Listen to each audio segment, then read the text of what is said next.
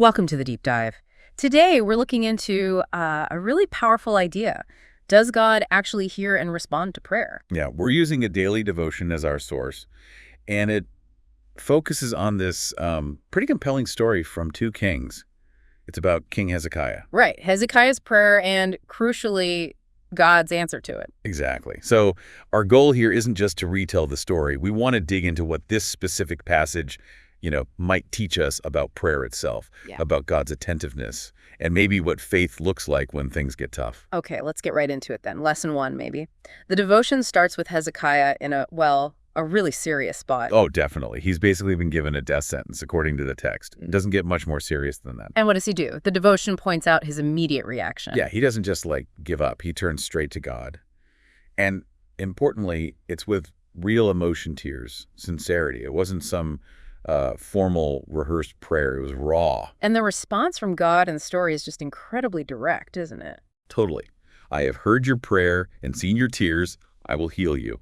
Yeah. And boom, 15 more years added to his life. 15 years. That's quite an answer. It is. And what the devotion really emphasizes here is the honesty part.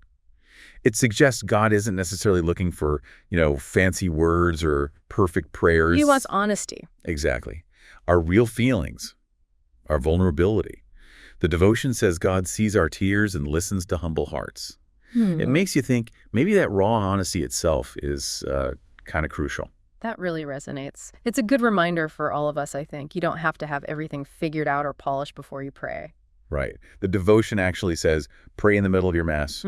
Just, tell God what's really going on inside you. Simple as that. Authentic communication. Yeah, not eloquence. And there's a practical tip in there, too, the idea of writing down answered prayers. Oh, yeah, I saw that. Keeping a record like that is not just nostalgia, right?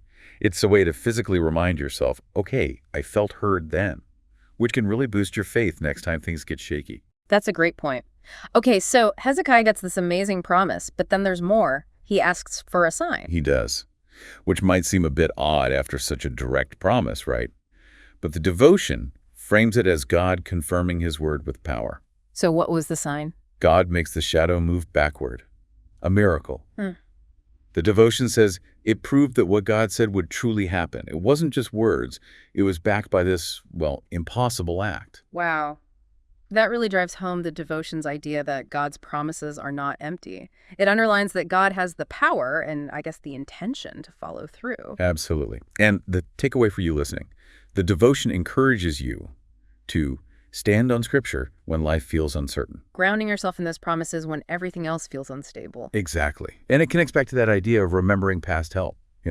Use those memories to build faith now. Don't just chase signs or feelings all the time. Right. Trust God's character, not just the spectacular moments, although when those moments happen, you acknowledge them.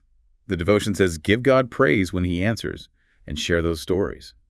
It reinforces that picture of a God who is active and responsive. So, pulling it all together from the devotion, we see Hezekiah's story showing 2 big things. Yeah, first, the impact of just honest, heartfelt prayer, even when you're falling apart. And second, God confirming his word, giving a solid basis for trust. We saw his raw prayer met with a direct, compassionate answer, and even that incredible sign. Which leads to a really good question for you to mull over. Yeah. Think about a time you really felt God heard you. Does Hezekiah's story change anything about how you see prayer or God's response? Does it maybe reinforce that idea that even when things look impossible, authentic connection and trusting God's nature are, incredibly important? And like our source puts it so well, God listens, loves, and answers with power. Thanks for diving deep with us today.